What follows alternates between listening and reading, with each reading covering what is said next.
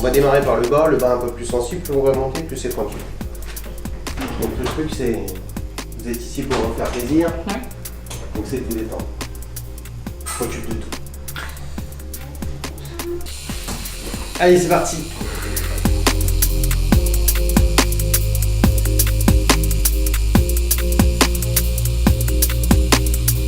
Moi je considère aujourd'hui que je fais le plus beau métier du monde parce que c'est une passion. Entre la relation que j'ai avec les clients, entre les dessins que je fais, notre métier fait qu'on va marquer les gens à vie. Bah, quelque part, on confie notre peau. Bah ouais. Même une partie de votre vie, parce qu'un tatouage qui est quand même qui peut être raté ou mal positionné, mal fait, ça peut vous handicaper. Vous savez, nous on a eu il y a quelques années une jeune fille de 25 ans qui est venue chez nous pour faire une modification d'un tatouage qu'elle avait fait faire, qui lui prenait une partie de la cuisse. Et à 25 ans, cette jeune fille ne se mettait plus en maillot de bain. D'accord. Imaginez. Complexé par ce. Ah ouais, c'est pas joli, bien sûr, parce que, absolument. Ouais. Je pense que c'est quelque chose qu'on fait quand on est adulte et qu'on a réfléchi, quoi. Il y a en fait 3 solutions. Soit la vôtre, qui est dans votre dessin, que vous avez créé. Alors après, si on estime que le dessin que vous nous proposez ne peut pas devenir un tatouage, parce que c'est pas forcément possible, on va vous le modifier pour que ça puisse devenir un tatouage. On a des gens qui viennent avec des idées, et puis on va leur créer un dessin par rapport à leurs idées.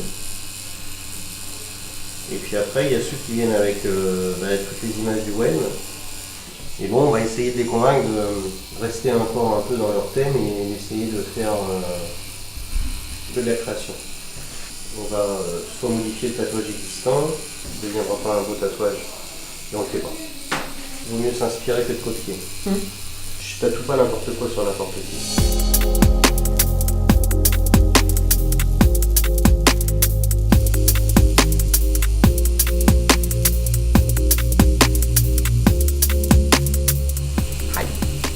Ça picote. Ça picote. Mais ça va? Oui. Il y a toujours l'appréhension du premier tatouage où les gens sont un petit peu stressés, ce qui est tout à fait normal. Au bout de quelques minutes, je pense que vous avez dû le sentir. Quelques minutes, finalement, voilà, vous vous rendez compte que c'est pas si douloureux que ça, donc vous détendez. Après, on a les gens qui font des grosses pièces où passer 3 heures, 3 heures et demie de tatouage, là, ça commence à être à redevenir assez douloureux. J'ai un client qui vient se faire tatouer. Je fais un intégral, c'est-à-dire que je lui tatoue la totale de tout son corps, sauf les pieds, les mains et la tête. Dans la carrière d'un tatoueur, c'est assez rare d'avoir, surtout en France, d'avoir quelqu'un qui veut faire un intégral. Il voulait un bras uniquement, donc on a fait un bras. Ensuite, on a fait un deuxième bras. On a fait une jambe. Et c'est au moment où on a fait la première jambe qu'il a décidé de faire la totalité de son corps. Là, je suis en train de lui faire son dos. Et tout est en couleur.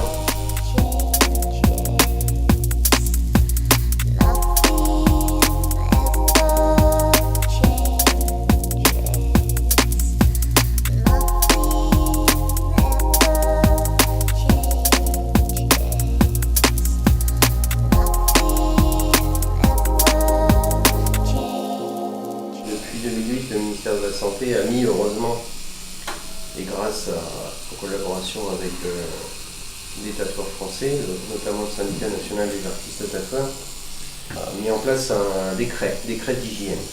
L'obligation aujourd'hui pour un tatoueur et un perceur, parce que c'est la même chose, c'est d'avoir fait un stage d'hygiène et de salubrité qui dure 21 heures. Il faut prévenir et d'une part la préfecture et d'autre part les agences régionales de santé. Donc il peut ne pas savoir dessiner, par exemple. Exactement. La raison est toute simple, c'est que en fait le dermographe, l'appareil que je tiens dans la main, et la peau ne sont pas considérés comme des outils artistiques. On ne peut pas faire commerce de sa peau en tant que art. On a des jeunes tatoueurs qui ont 25, 26 ans, même des fois moins, qui ont en fait des âmes d'artistes de base, qui amènent des idées qui sont exceptionnelles. Aujourd'hui, on voit des formes géométriques sur les tatouages qu'on ne voyait pas il y a 10 ans. Moi, je pense qu'aujourd'hui, il n'y a plus de limite dans le tatouage. C'est-à-dire qu'à partir du moment où on a la place, aujourd'hui, la seule limite qu'on a, c'est la taille du tatouage.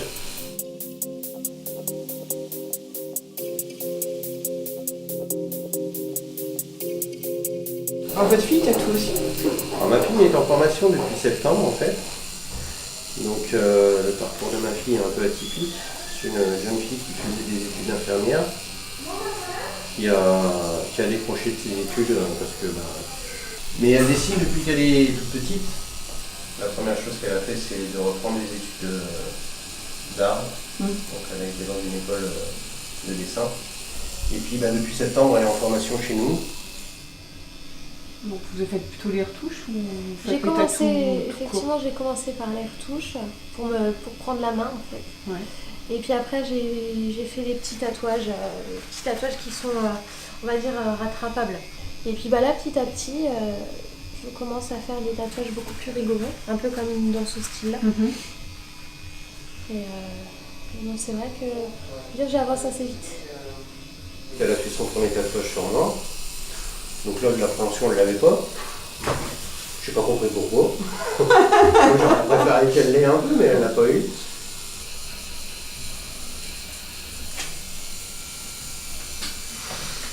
Bon, bah écoutez, je pense qu'on est au bout, hein.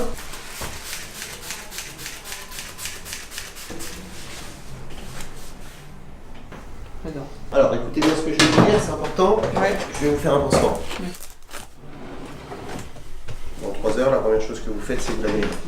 Ça, c'est important, le tatouage, c'est comme une plaie. La peau est ouverte, donc il faut éviter les bactéries. D'accord. Donc il faut bien respecter les règles d'hygiène.